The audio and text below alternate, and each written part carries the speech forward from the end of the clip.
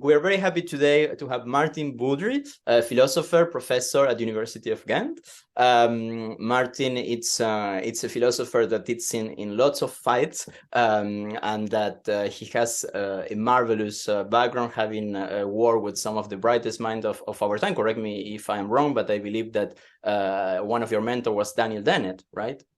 That's true. I studied with Dennett for about 5 months, I think, in Boston at Tufts. At Tufts, really, yeah.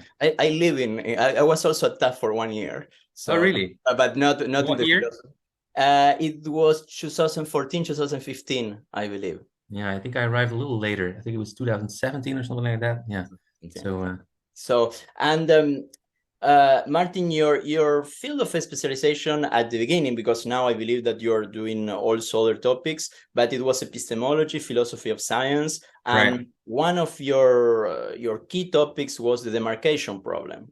Yeah, right? Exactly. That was the topic of my PhD thesis. Now I'm a little bit all over the place, but I started out with like the old chestnut in philosophy of science that is known as the demarcation problem. Indeed, how to separate science from pseudoscience and non-science. So my PhD research was about what makes pseudoscientific theories unique. So it was an attempt to unravel the structure or the internal logic of pseudoscientific belief systems. So I'm talking about things like homeopathy, astrology, also slightly the more controversial, something like Freudian psychoanalysis, and understanding the internal logic of these belief systems, and then seeing how they evolve. Also, that's actually one of the ways in which I started to become interested in evolution, both biological evolution and cultural evolution. So we have certain psychological dispositions that we're endowed with because of natural selection that make us susceptible to pseudosciences or to certain forms of irrationality. But then you can also study the cultural evolution of belief systems. You can, and that's actually how I ended up with Dan Dennett, because of course he's one of the founding figures in the science of memetics, or the idea of cultural evolution. How do belief systems evolve? What makes pseudoscientific belief systems successful? Because not all of them obviously are successful, quote unquote. Phrenology, for example, the study of the shape of the human skull and the correlations with personality, that was very popular in the 19th century, was even taught at major universities, and then it died out. Unlike astrology or homeopathy and Freudian psychoanalysis, which still are going strong. So that was my original academic research on pseudoscience and the demarcation problem. Regarding the demarcation problem, we have recently had a chat in our podcast with philosopher Lee McIntyre. Mm-hmm. And he explained a little bit to us what the demarcation problem is, and he has a question for you. Oh, great. Yeah. So, but first, before asking you that question, maybe if you can say 2 words for people that are not familiar with the demarcation problem, what it is exactly, like a little bit more precise. So the demarcation problem was originally formulated by Karl Popper, and in Popper's version, the demarcation problem is about the boundary between good science, proper science, valid science on the one hand, and then on the other hand, pseudosciences. So pseudosciences are theories or belief systems that have scientific aspirations. They are presented as scientific, but then they don't really live up to the standards of science. This is a very simplified version of the demarcation problem, because you can have a discussion also about the difference between science on the one hand and philosophy, for example, or metaphysics.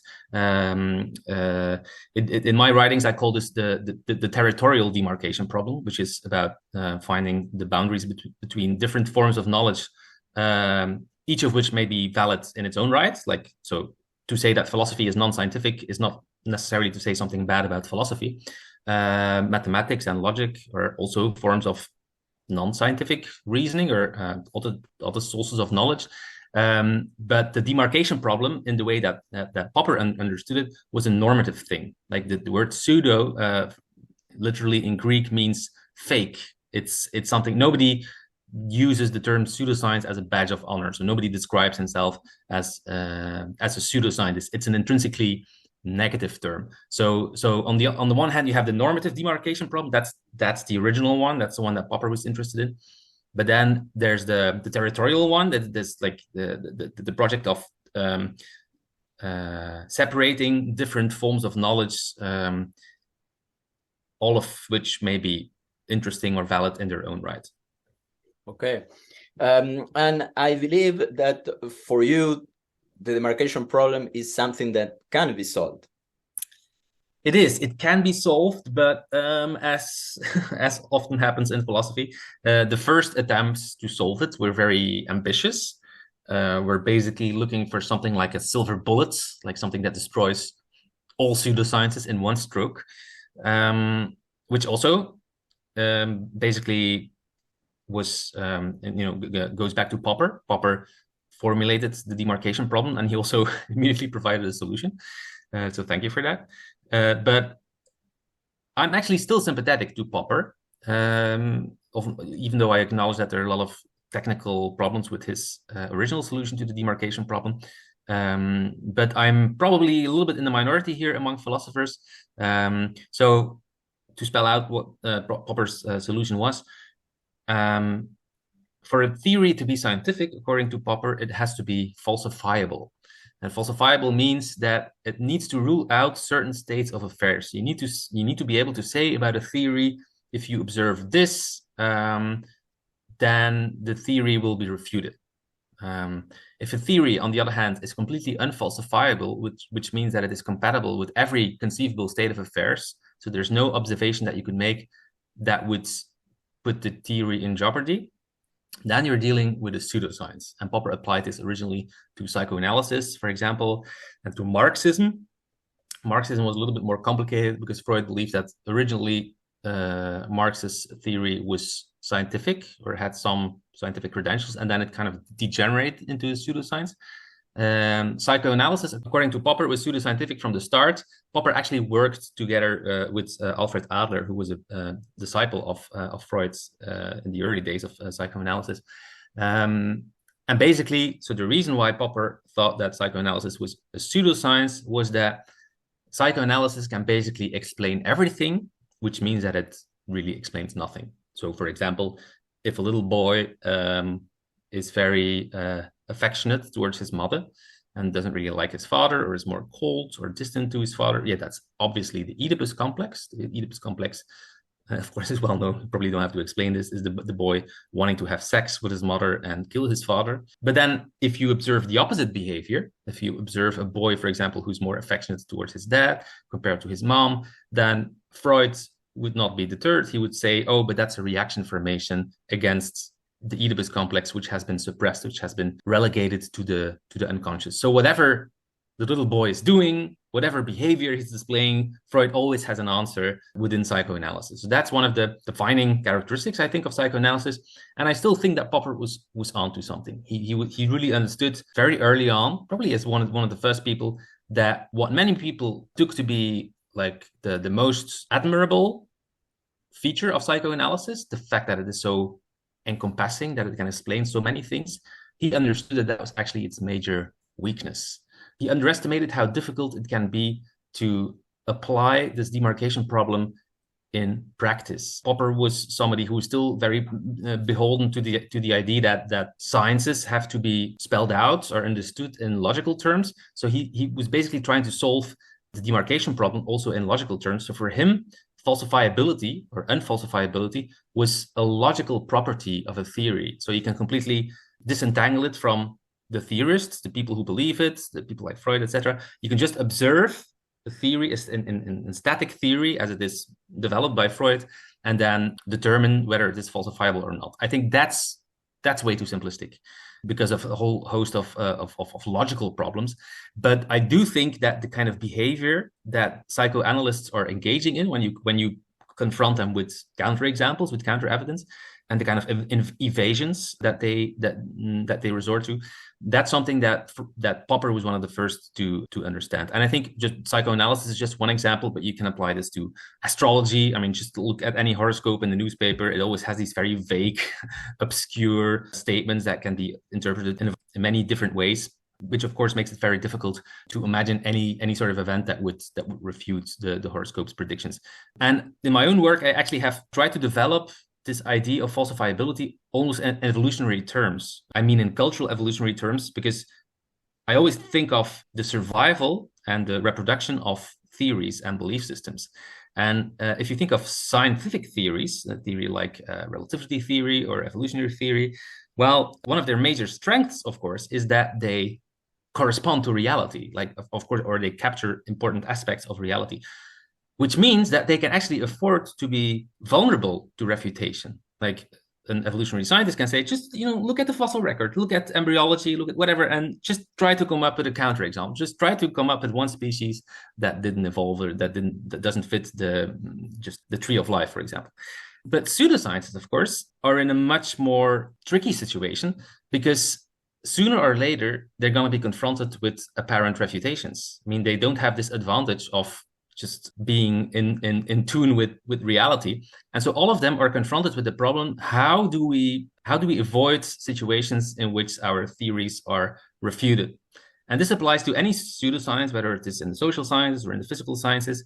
It's a problem of just steering clear of potentially threatening refutations, counterexamples, etc., that could destabilize the theory. Because of course people are impressed with refutations, like they take them seriously. So this is a serious problem as a pseudoscience. If you want to survive, if you want to win adherence, then you have to find some way to solve that problem.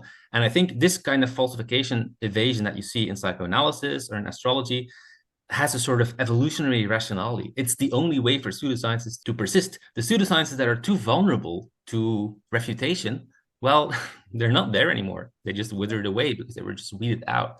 So in that sense, I'm still a bit of a Popperian, but I don't think about it in logical terms anymore. For me, it's more of a dynamic thing. It's about how theories evolve, defense mechanisms almost. Defense mechanisms, just like in a way that a species can defend against predators, pseudoscientific belief systems have to defend themselves or have to evolve defense mechanisms against criticism and against refutation. Yeah, we are going to hit there into mechanisms of defense regarding false information, pseudoscience. But before jumping into that, just because that was a very clear explanation of the problem and a perfect way to introduce Lima Kinter's question, that it was, well, if you believe that the demarcation problem is solvable, why it hasn't been solved? That's Lee's question. Well, I'm not sure if it hasn't been solved. It depends how ambitious you are about the solution that you're expecting. I think it actually has been solved, but it's very hard to get philosophers to agree on anything. So I can just tell you that it's solved, but of course many philosophers would disagree with that. One of the reasons why we edited this book back in 2013, I think, Philosophy of Pseudoscience, together with my colleague Massimo Pigliucci. So philosophy of pseudoscience, as being analogous to philosophy of science, because we think that pseudosciences are also interesting, they deserve to be studied. We wanted to revive the demarcation problem, because in philosophy, if you had asked the philosophical community, let's say 10 or 20 years ago, about demarcation problem, most of them would have just thrown their hands up in the air and would have admitted, like, oh, we can't solve this. Basically, we just resigned to the fact that it's a problem that cannot be solved.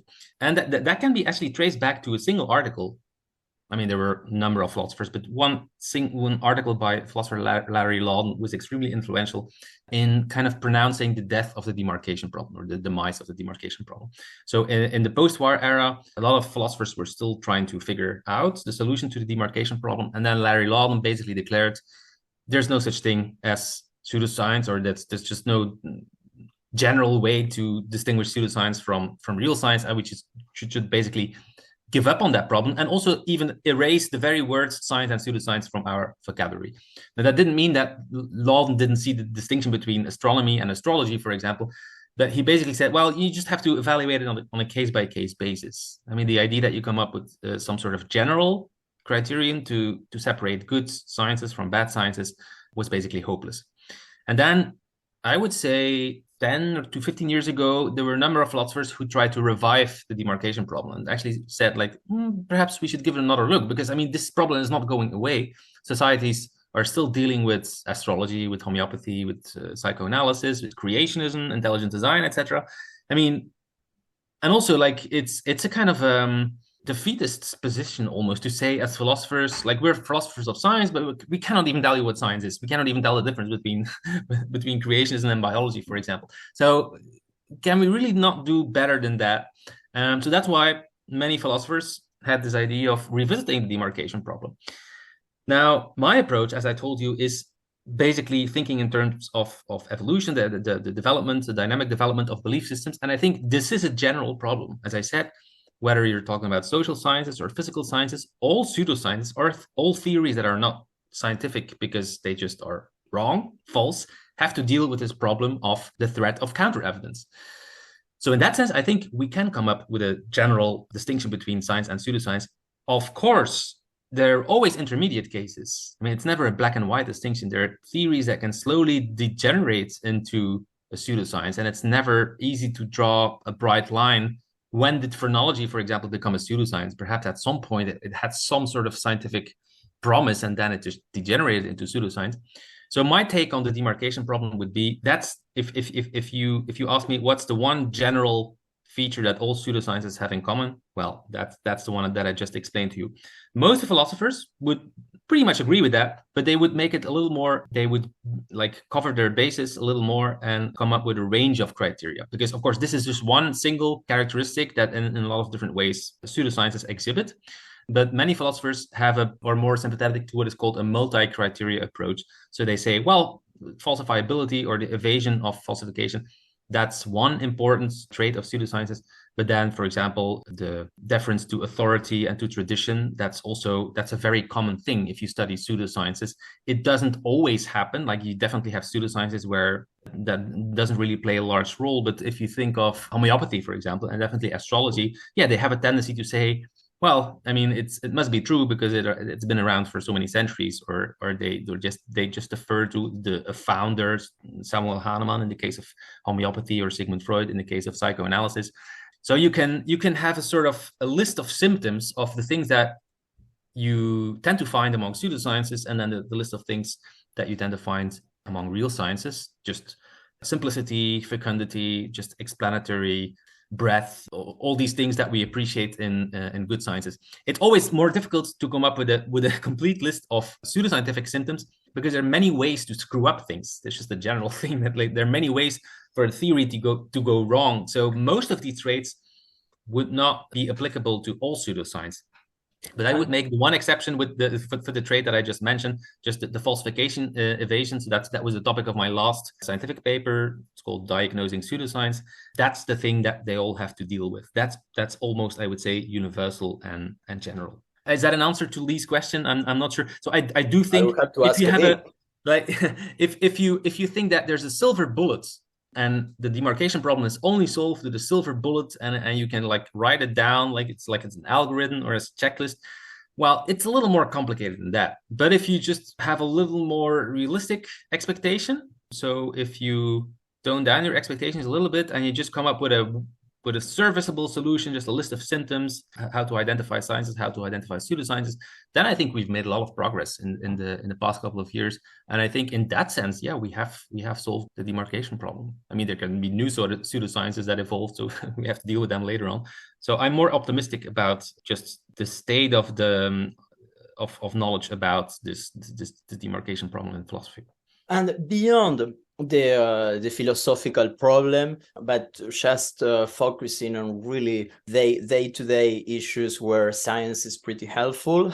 And in spite of that, there is still not a clear distinction sometimes between science and pseudoscience regarding lots of topics. Of course, it can be, well, you mentioned all kind of medical therapies. Here in France, for example, homeopathy was reimbursed by Social Security up to 6 years ago. So 2020, and it still was there.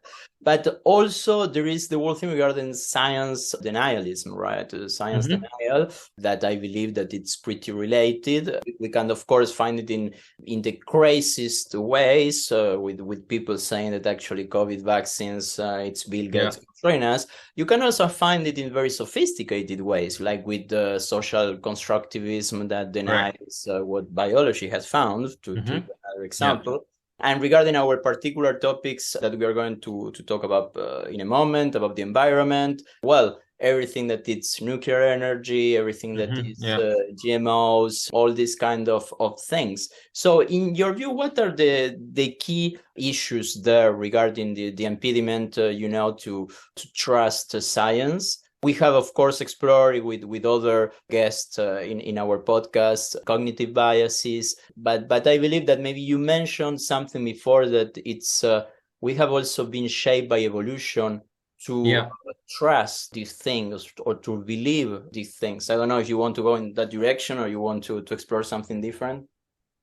Yeah, I think both when it comes to pseudoscience and when it comes to science denialism, you can probably give what are called cold factors in psychology. So just reasoning errors, fallacies, cognitive biases that we have that make us more susceptible to false beliefs, including pseudosciences and science denialism.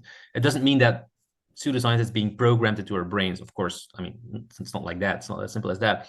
But there are definitely psychological factors for which we have good evolutionary explanations why certain forms of pseudoscience and certain forms of science denialism are popular among people. But there are also what are called hot factors. Hot factors relate to what we desire, what we wish to be true, sometimes called motivated reasoning.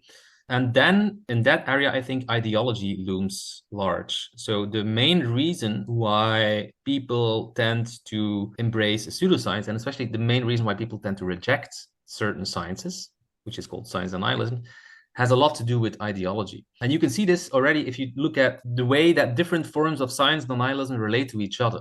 There are not a lot of people who reject all of science. I mean, of course, there are people who don't believe in science in the first place. But even then, I mean, most of these people just still take medicine. They're hypocritical about that because most of the time, even just boarding an airplane, for example, implicitly that betrays your trust in science, at least in engineering and physics.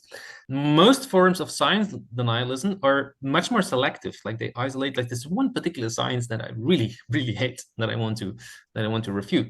And then if you look at the sciences that people target, it's almost always a function of ideology. Right-wing people, for example, tend to target climate science for a variety of reasons. So if you have a look at just the people who don't accept anthropogenic global warming or who believe that it's not warming in the first place, like, I mean, this is kind of a dwindling minority at this point. I think that like the heydays of the climate denialism are behind us, but most of these people, definitely not all of them, have a more right-wing, pro-capitalist, pro-free market ideology. And you can see why something like climate science is just grates on them, because of course it is being used by many politicians as a reason to raise taxes, for example, or to curb the free markets and to impose a certain, top-down solution on society. So right-wing people are very suspicious about that. And then on the left, we have completely different forms of science denialism. Most left-wing people have no problem with climate science at all. Interestingly, that doesn't mean that they are more knowledgeable about climate science. Actually, the research shows that it's almost the opposite. Like right-wing people, the people who really obsess about climate science, even though they distort it in a lot of different ways, but they're more informed about it. Like, because of course, if you care more about something, then you read more about it. And even though some of your knowledge may be wrong, they're actually more motivated to seek out knowledge about climate science because it's something that is bothering them. Left-wing people, on the other hand, they accept the scientific consensus because they don't really care about it. So it's just something that they, as a progressive left-wing people, of course, you accept climate science. But then there are other sciences that are more controversial among left-wing people. And for example, you already mentioned the existence of biological differences between men and women. Now, this is something that right-wing people have no trouble with at all. And I mean, they tend to exaggerate even the differences between men and women to some extent. But when it comes to left-wing people, because of their ideological preference for equality, they believe that all people are equal and all people are born equal, and their fear that biological differences between men and women will be used or will be abused to maintain the status quo in a society and to foster certain inequalities that exist between men and women. they tend to distrust evolutionary psychology or evolutionary science in general. Nuclear energy is another very good example of a form of science denialism that is mostly popular among left-wing people, or at least among the environmentalist left. So just so for the people who are not familiar with that, what's denialism? Well, denialism is as follows. Scientific research shows that nuclear energy is one of the safest, one of the least polluting energy sources that we have. That's the problem of waste has been blown out of proportion, that nuclear accidents are actually, even though they have occasionally happened, but even in the worst case scenario, there are only a couple of dozens of people who have died in Chernobyl, for example. Not a single person has died in the Fukushima disaster. So the scientific evidence really shows that nuclear energy is very good for the environment, for the climate, for health, etc. But then for a number of ideological reasons, just left-wing people, the environmentalist left, just refuses to accept that sort of evidence. And you also get this sort of weird dynamic where just because the left-wing people hate nuclear energy, then the right-wing people will actually embrace it just to piss off the left-wing people. It's something that I often notice, that even climate denialists, the people who don't believe that the climate is warming in the first place, will say things like, I'm making a little, caricaturing a little bit, like, oh, by the way, climate science is a hoax, and by the way, and the leftists are destroying the climate because they oppose nuclear energy. Which, I mean, if you don't care about climate change, then you also shouldn't care about left-wing people destroying the climate, obviously. But because left-wing people hate nuclear energy, right-wing people embrace it. And you see the same thing when it comes to climate science. Right-wing people tend to be suspicious of climate science. And then, of course, because the right-wing people hate it, all the left-wing people will embrace it. So I think it's a mix of these hot and cold factors. I mean, I can go on also about the cold factors underlying climate denialism, for example, or nuclear denialism. So it's always a mix of just psychological factors, just the way that our brains work, that all of our brains work, just that things that are universal to human psychology, and then things that are more a function of your prior belief systems, your ideological preconceptions. And for example, to keep on the example of nuclear energy, one thing that it's very interesting is that when you start discussing with somebody that challenges the science regarding nuclear energy, usually the arguments turn around the conspiracy theory, right? Like, no, Right. actually, there were more dead people there in Fukushima or either in China. It's just that the government covers up. No, waste is a problem, but there is a cover-up. And this, well, brings me to another topic of research of yours, if I understand properly, that is conspiracy theories, right? Right. How do you see the relationship between conspiracy theories and science denialism? And also that, as you just mentioned, there is an evolutionary dimension of it. It's like being aware of the potential actual conspiracy theories. It's something that we could have evolved before, right? It's Michael Shermer in his latest book on conspiracy theories. He also mentions this. Well, conspiracy theories, there are some that existed. Watergate was a conspiracy theory. Yeah. So how all these things relates in your understanding of the topic? Yeah, Michael is absolutely right about this. Of course, I mean, he's not the first who comes up with this idea, but our tendency to believe in conspiracy theories has an obvious and very understandable evolutionary logic. Ancestral environments, coalitional violence, just people ganging up against other people, the one tribe against another tribe, or even within a tribe, one family or one clan against an individual or against another clan, was very common. And since the fitness costs of what are called type 1 and type 2 errors, so either failing to spot a real conspiracy or imagining a conspiracy that doesn't exist, these errors are not symmetric. Of course, the fitness costs you incur if you fail to spot a conspiracy are much larger. So it pays to be a little bit paranoid from an evolutionary perspective. So it pays to be worried about potential conspiracies, even if sometimes you have false alarms, so-called false positives. So that's the evolutionary logic behind our susceptibility to conspiracy theories. Now, the relationship between science denialism and pseudoscience on the one hand, and then conspiracy theories on the other hand, adds another layer to this, in the sense that all pseudosciences and all forms of science denialism have to confront this problem. Like, if what we're saying is correct, if the climate is not warming, if you can dilute water and treat illness in the way that homeopaths believe, why is it that the scientific establishment is unanimous in rejecting and condemning our point of view? Why is it that you're very hard pressed to find any doctor who believes in homeopathy or any climate scientist who rejects the scientific consensus of anthropogenic global warming. It's basically the problem that I described earlier in the context of the evolution of pseudosciences. All these pseudosciences have to deal with the problem of counter-evidence and criticism. And one very popular way to just get rid of this anomaly, to get rid of this discrepancy, is by invoking some sort of conspiracy. It's so the evidence for homeopathy is really there, or the evidence against climate change is really there, except it's being covered up by these whatever elites and then you just come up with some sort of reason. Or in the case of nuclear energy, obviously it's the nuclear industry and their nuclear hacks. So the people who are paid by the nuclear industry who, for example, just come up with this so-called research that shows that nobody died in Fukushima. There are a lot of green environmentalists who just believe that, yeah, actually, as a matter of fact, there were a lot of people who died, but it was just covered up by the World Health Organization. And once you start engaging in this sort of conspiratorial logic, I mean, it's very hard. It's very easy to fall into what I call an intellectual black hole. It's something that you gradually fall into, and it's very hard to get out of it once you really start invoking larger and larger conspiracy theories. So, for example, in the case of nuclear energy, well, if there's one study that is published that shows that Fukushima actually didn't kill anyone, so nobody died because of radiation, but a lot of people died because of the unnecessary evacuations, which is what a lot of people, what a lot of studies show. Well, then you can invoke a conspiracy and say, well, these people were just paid by the nuclear industry. But then when organizations start to publish studies, like the World Health Organization, that actually revised its earlier estimates, for example, of the people who died in Chernobyl, and said, actually, at first we thought that it would be a couple of thousands, but since recent evidence about thyroid cancer, for example, shows that actually we have to correct our figure downward. And then, of course, you can broaden the group of conspirators. You can say, well, the WHO itself is involved. Like the whole organization is basically beholden to pro-nuclear interests. So that's, I would say, an instrumental use of conspiracy theorizing. So you have a pseudoscience like homeopathy or astrology that is not necessarily conspiratorial in its own right. Like it doesn't really revolve around the conspiracy theory.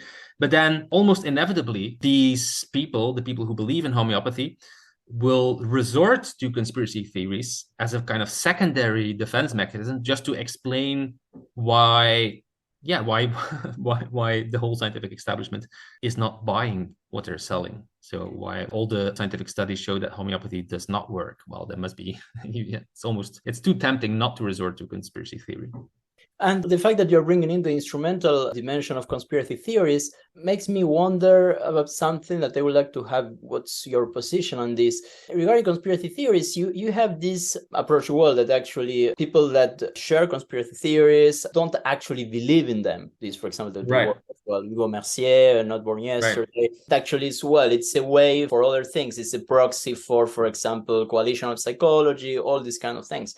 But then I was discussing about this with Lima Kainti regarding his latest book, where he kind of infiltrated, even if it was discovered after 6 hours, I believe, this flat Earth society, and he had lots of discussions with them. And in Lee's view, people that believe in these things, they actually believe in them, and they pay a very high personal price for this that doesn't come with any reward. So in your view, people, it's each case basis, or there is a general trend regarding conspiracy theories about this? Well, there is a general trend. Of course, it's very hard to generalize, to make statements about all flat earthers, for example, or all conspiracy theorists.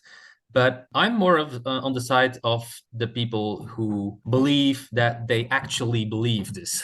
So I wrote a paper called Disbelief About Belief.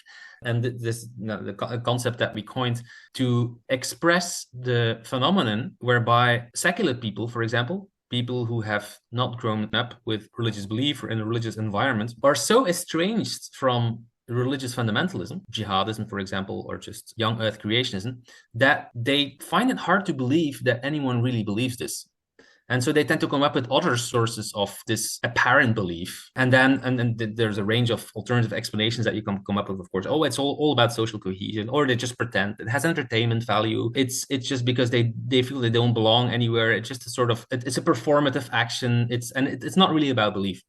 This is a concept that originally I developed in the context of religion. And then I actually tried to explain why secular people find the belief in God or the belief in 72 virgins or in an earth that was created in 6 days so preposterous, so absurd. And it is preposterous and absurd, I agree.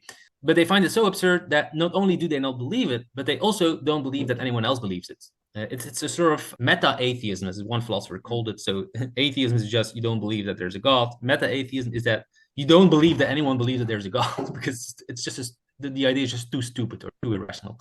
And I think you see something similar also in the context of pseudosciences and conspiracy theories. I've had a lot of debates about this with Hugo, mostly via email and also in real life, because he visited Ghent, where I live, a number of times.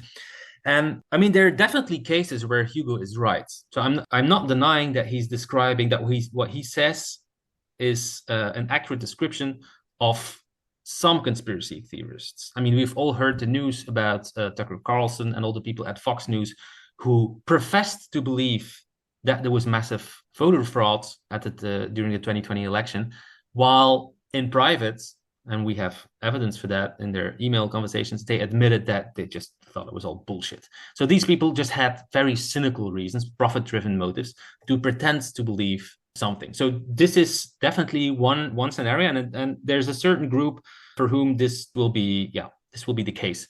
Alex Jones is another example, even though in this case of Alex Jones, I would actually say that he probably did believe at least some of what he was saying. But of course, I mean, we can talk about particular cases and then try to figure out to what extent people really believe what they profess to believe. My experience is also that conspiracy theorists are genuine. They're sincere. They really believe what they profess to believe.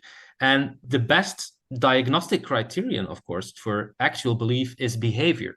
I mean, people who only profess to believe that vaccines are dangerous and that COVID is just a hoax will still get their shot, right? I mean, they will just be hypocritical, because if you really think that COVID is dangerous and that the vaccines are safe, then that's how you're going to act. I wish that we could set up an experiment where all these people who like anti-vaccination activists, for the people at the top, like the people like Tucker Carlson, you can come up with some sort of motive for why they would pretend to endorse conspiracy theories about vaccines, even though they don't really believe them. So perhaps Tucker Carlson, I'm sure that he was vaccinated, even though he probably was catering to anti-vaccination activists. But I think in most cases, or at least in there's a lot of cases in which people engage in reckless, dangerous, self-defeating, harmful behavior that is almost impossible to explain without accepting that they really believe what they profess to believe. There are a lot of people who die just because they refuse to get vaccinated, who just don't, they even let their children die, like these Christian scientists, for example, who don't believe in medicine or they don't believe in vaccination, and their kids get just preventable infectious diseases. I was not vaccinated as a kid against measles, etc. Oh, really? Because my parents, for very well-intentioned reason, they were convinced that, first of all, that measles was not that dangerous and that the vaccines were not proven to be efficacious or safe. And she was absolutely sincere in what she did. Of course, I mean, she would never have done anything that would be harm for her own kid. So just to use one example that Hugo mentions in his book, where I think he falls into the trap of disbelief about belief. So Hugo makes this argument about the conspiracy theory of QAnon. These people who believe that there's a child trafficking ring of pedophilic satanists on the basement of Comet. On the basement of the Comet Ping Pong Pizzeria in Washington. Right. Okay. So an insane, outrageous, absurd belief. And it's very hard to accept. And I agree. It's very hard to accept that people sincerely believe this. So I understand the skepticism. I understand where Hugo is coming from. But then he gives this example of, well, there was this one man who raided the place with a machine gun, and who sincerely expected to find some children in the basement. And then when he didn't find the children, luckily he didn't kill anyone, and he was just arrested by the police. And then Hugo's argument is it's only one person.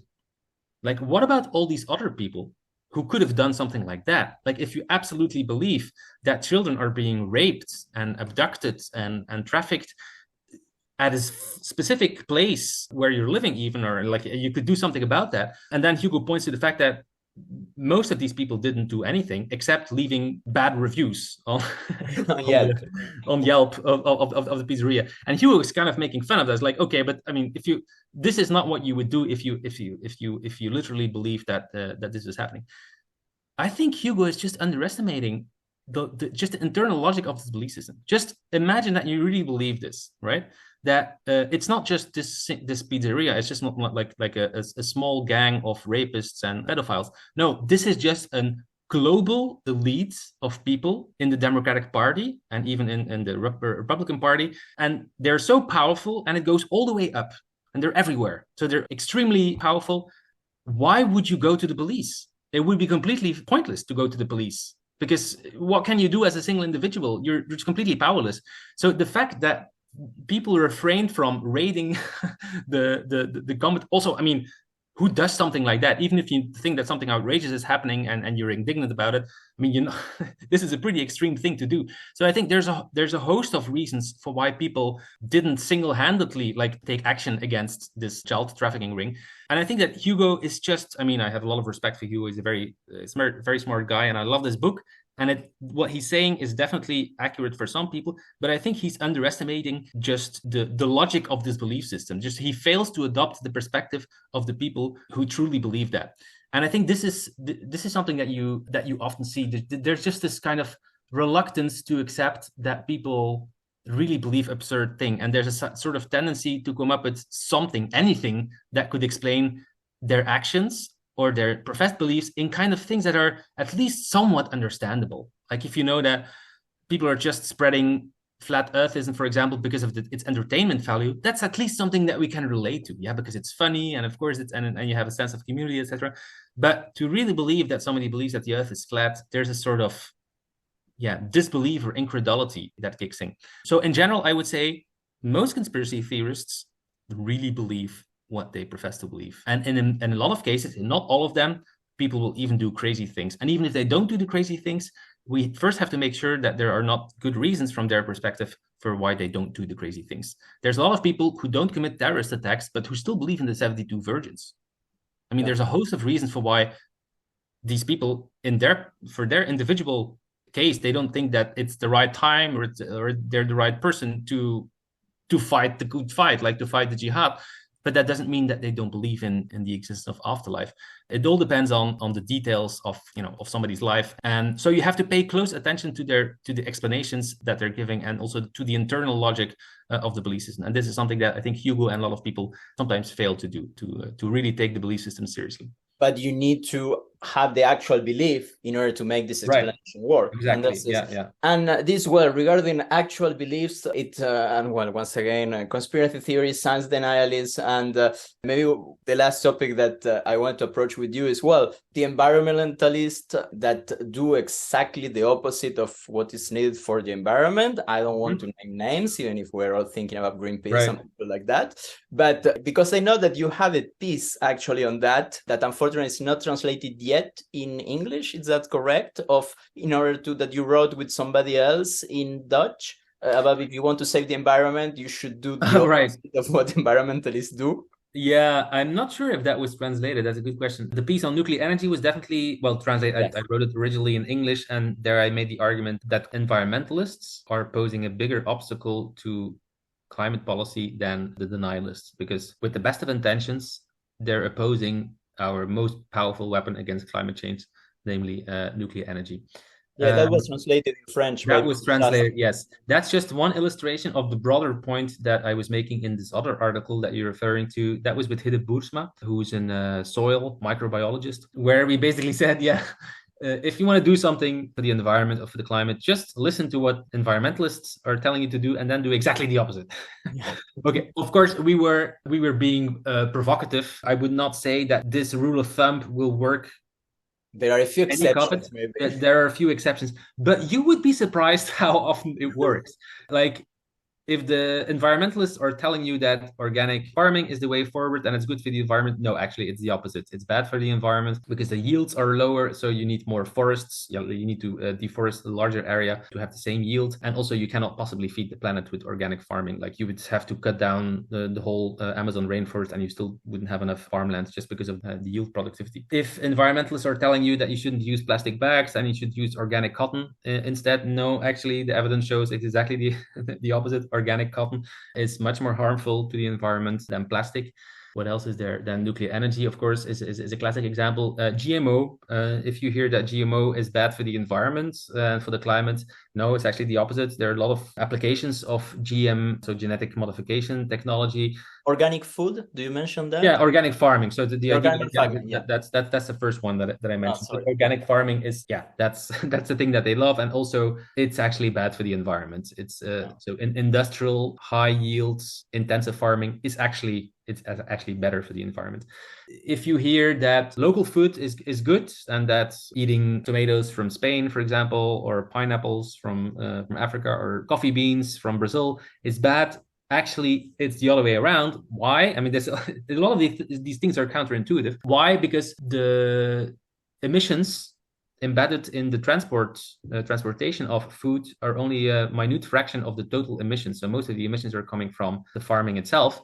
And since Brazil is way better in terms of climate and soil to grow coffee beans, it's actually better for the climate to grow coffee beans wherever the yield is the highest, and then to transport them all across the globe. So it sounds intuitive that just to reduce your emissions, you should eat local foods. And I'm not against local food, of course.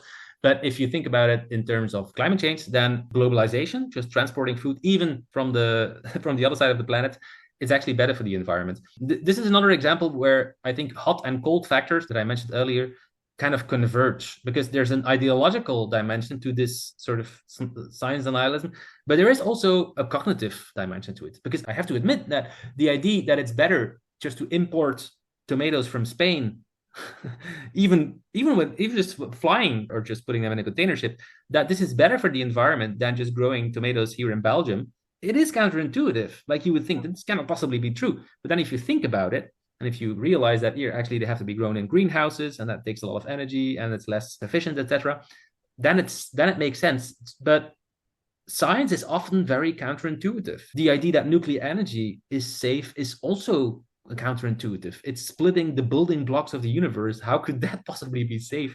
So there's this quote by Louis Wolpert, the embryologist, that I sometimes use, that if something fits with common sense, if something is intuitive, it almost definitely isn't science, because science is almost always counterintuitive, which also means that even if you don't have any ideological axe to grind, even if you don't have any preconceived ideology, then it will still be hard for you to swallow many scientific facts, because science is just very counterintuitive. Climate science is very counterintuitive. The idea that 400 particles per million that are being emitted through chimneys and factories and exhaust pipes can affect the whole climate, the whole planet. I mean, it's very weird to wrap your head around. It's something that I absolutely believe, but you have to suspend your intuition in a way just to accept something like that, to accept that this invisible gas that is only a minute fraction of the atmosphere can still cause such a major problem for the world and for future generations. Before jumping into my very last question for you, Maarten, I have just a quick question. I don't know if you checked that last year, John Staddon, the neuroscientist or cognitive psychologist, he published a book on science, on scientists, and there is a chapter on climate change where he actually makes the claim that, well, even if there is just 1% of probabilities that we are wrong, we should maybe consider that possibility. What will be your epistemological position toward that? So you mean the catastrophic risk? So no, he doesn't even talk about the impact. He's like just regarding, I was very surprised when I read this, because he's regarding the anthropogenic origin of climate change. Something that, of course, the IPCC has, there is no exception within it, but he makes his argument goes like this. It's like the three scientists that say that it's not human in the world. Of course, nobody credits them, but according to him, we should credit them. And if we credit them, then, well, maybe we should be careful, even if 99.9% of scientists say otherwise. No, I agree with that in a very general sense, that even evolutionary theory, for example, could conceivably turn out to be wrong, even after all the overwhelming evidence that we have gathered.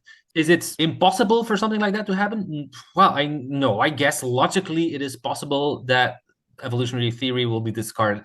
It's a very, very, very remote possibility. It's not as remote as the possibility that anthropogenic climate science will be refuted, but it's not that much of a difference, I think, because first you have to think about like the specific scenario, like what evidence, like what exactly would it mean to say that the climate scientists are wrong? Are they wrong about the effect of CO2 in general then?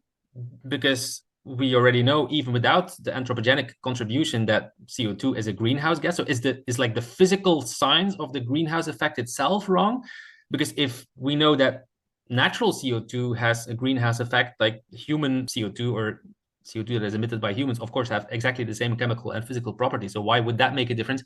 Perhaps I can envisage a scenario in which, even though CO2 is a greenhouse gas, that the warming that we currently observe is caused by something else, or is caused overwhelmingly by something else. So I wouldn't rule out that possibility, but I would consider it more like it's a point of logic. At this point, I think it's very unlikely that something like that might happen. But I mentioned the catastrophic risk because I think here again, we already mentioned it in the context of conspiracy theories, we have an asymmetry between the risks or the costs associated with both errors.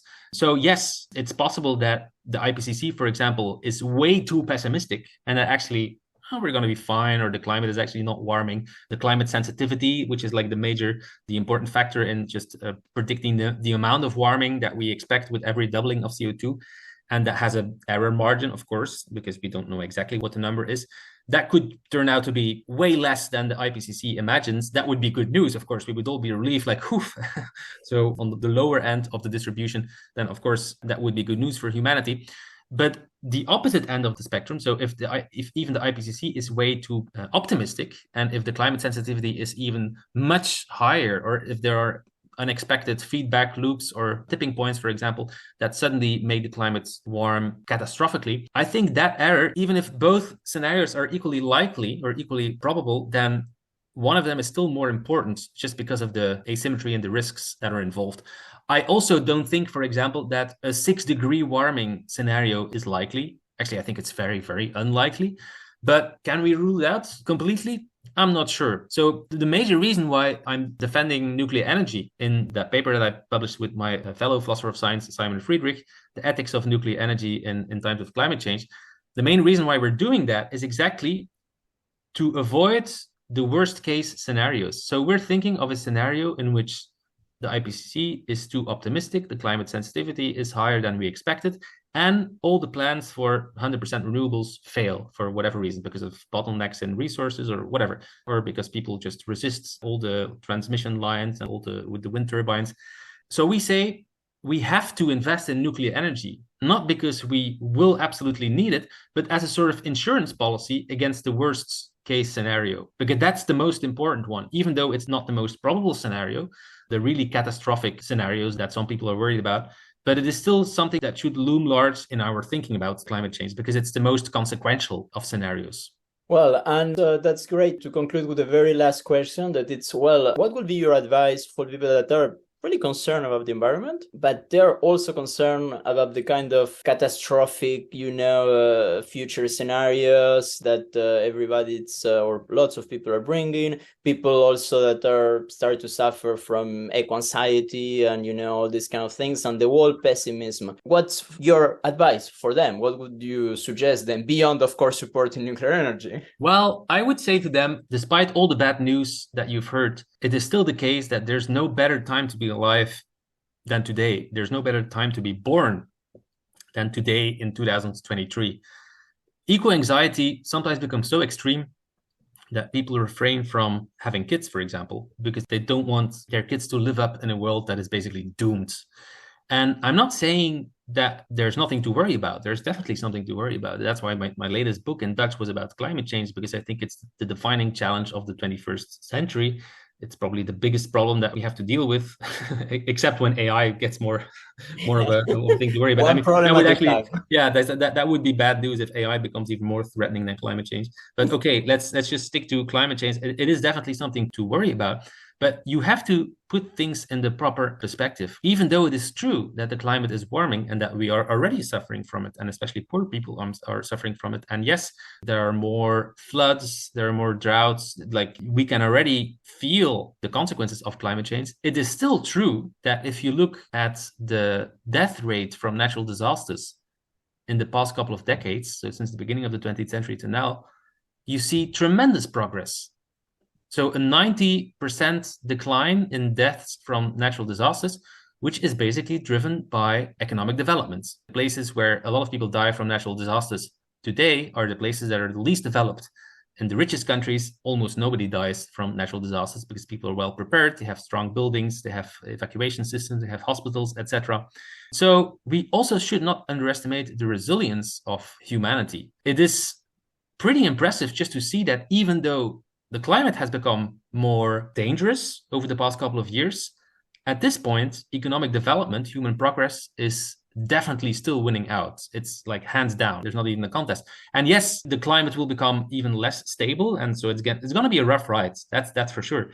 But you have to put it into proper perspective. I think I'm not absolutely sure, of course, that humanity will be able to handle the problem of climate change, but I think we will pull through. And even if we don't, it's simply there's no scientific evidence at all for the claims by Extinction Rebellion, for example, that billions of people are going to die. There's just no way that this will happen, even in the worst case scenario, even if you think about 5 or 6 degrees of warming.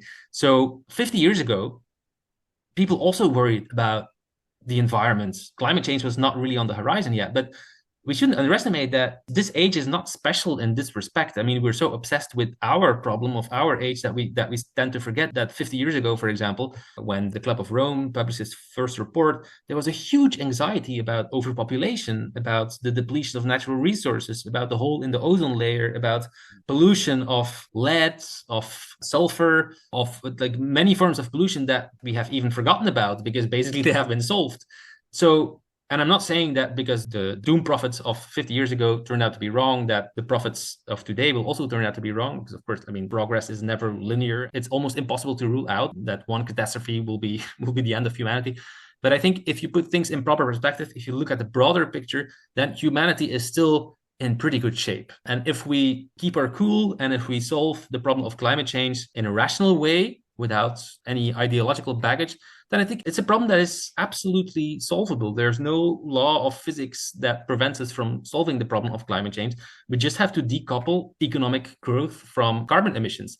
And we can do that. There's no doubt about it that we can do that. And I think eventually we will. We just waste a lot of time because of all the anti-nuclear activism, etc. But even about that, I'm pretty optimistic. The past couple of years, the change in popular opinion that I've witnessed when it comes to nuclear energy and when it comes to a range of other green dogmas about GM foods, about organic farming, etc., has really impressed me. In most European countries now, you have a comfortable majority that is in favor of nuclear energy.